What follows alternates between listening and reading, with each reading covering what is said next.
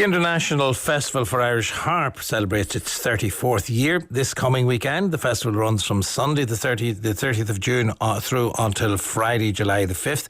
It will take place at An Chúirt in Termonfeckin in County Louth. The festival will feature performances and workshops from some leading Irish and international harpers, with a particular focus this year on collaborations across different art forms. Amongst those, a collaboration on the opening night between harper Úna Ní Fhlannagáin and poet Ailbhe Ní Ghearbhuigh, both of whom are in our Cork studio right now. And Una, you can stop the text by telling me that you are a harper and why you are a harper and not a harpist.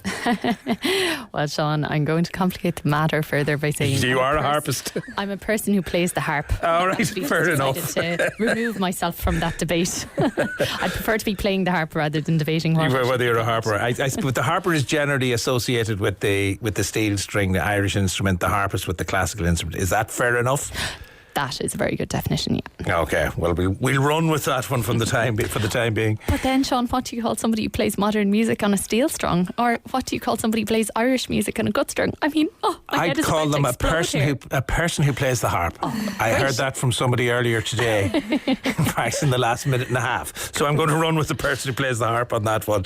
Yes, it is fraught with difficulty, clearly. But one thing that I don't think is as fraught with difficulty is the relationship between the Irish harp and the spoken word. That's vital to the instrument, really, isn't it? Absolutely. So that tradition goes back to the year approximately 1100, we know for sure. And there's a really interesting historical document which shows the seating plan of a banquet, and it shows that the chieftain, Taoiseach, had its Tost, and then very close by his harper and his bard.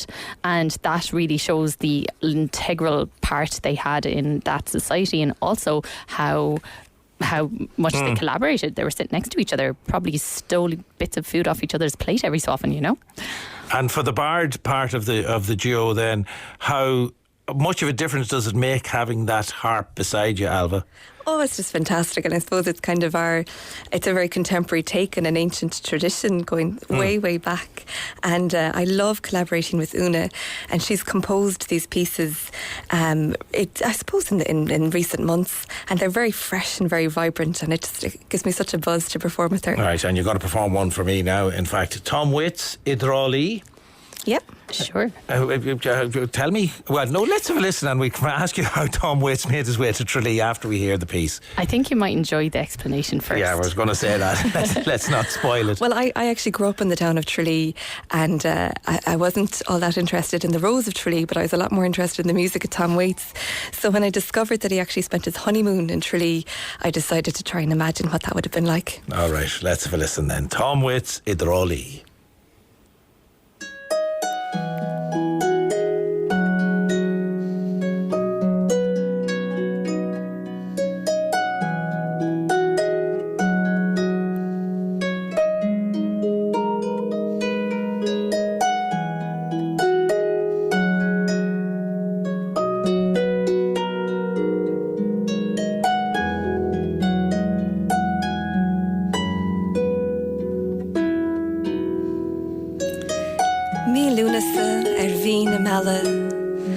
Dan sé héine sa rá geal, I digin beag I drálí.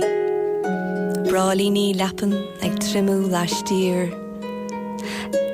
Leistig hí na leanáin crumtha honnaid díomhare a chuma.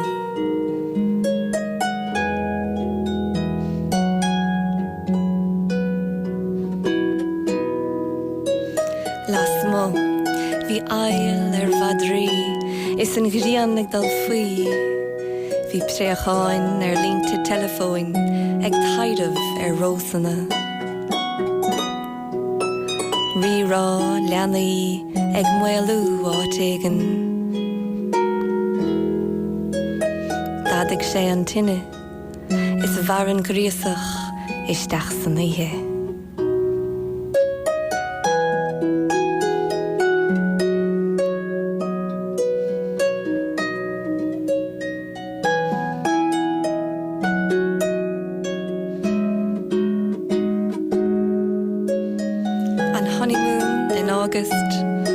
He and his new love set up in a cottage in Tralee.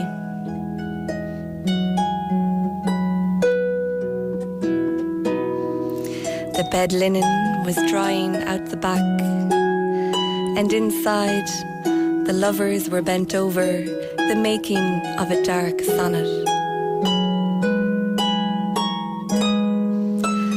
Farther off, dogs in heat, the sun going down, crows on telephone lines dreaming of roses, and the ruckus of kids like the echo of another world. He stoked the fire so it glimmered long into the night.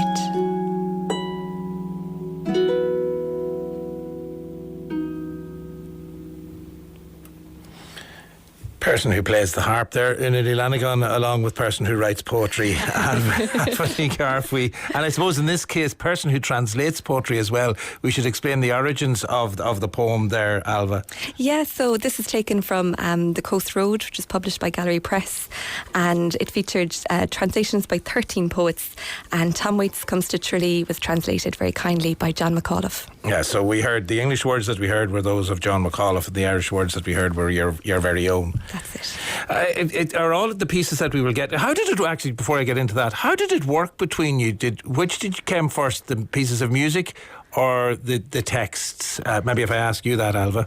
So again, I suppose myself and Una we collaborated a couple of years ago, and in the interim this bilingual book came out by Gallery, and more recently then Una has is working full time now as a musician, so she sent me some tracks of her own compositions, and I was really blown away by them. So we kind of got to work then matching things up and talking about how maybe there were some natural synchronicities actually that appeared in terms of phrasing and thematically as well, and atmospherically. So it's been a lot of fun. Yeah, and even as we were listening there in that final line of the poem, he stoked the fire so long it glimmered long into the night. You just had this gentle, diminuendo where you basically almost let the music fade out. Una, I'm so delighted you noticed that. There you go. Presents radio programs. There you go. I was listening. I was listening. I promise. But. What is the piece? What was that piece, and how did it strike you as fitting in as it does so well with the poem that Ailbhe read for us?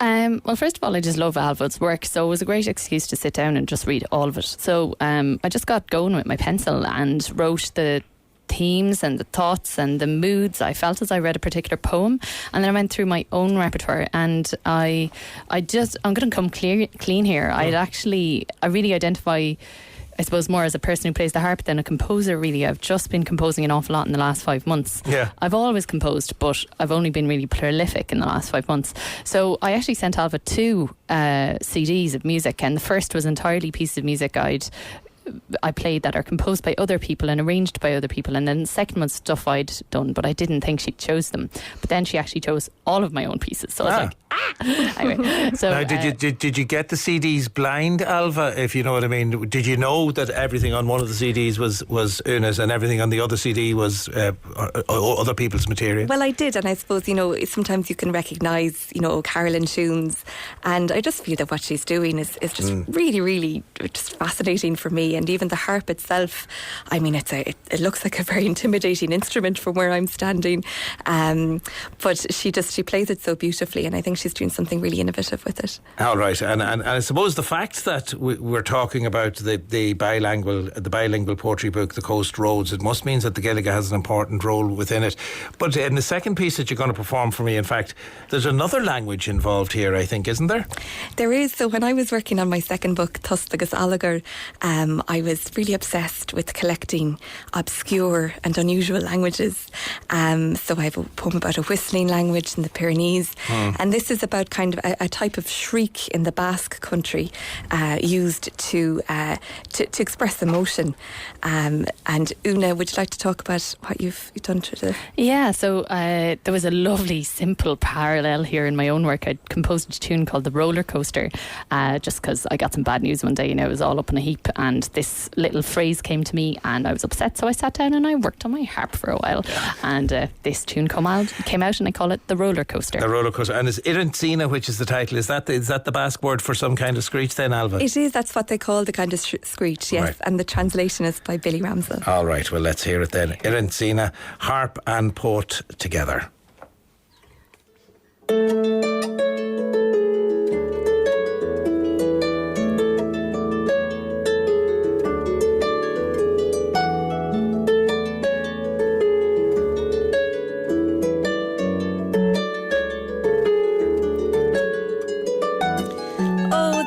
Míiste bhuair nósna a bhascacha, ag scuile le gach racht go háard, ag ligint le gach gubh, gach gull, gach gui, gach gordas is ro, géir dlorver goidhach. Bheimish suirc is grágach.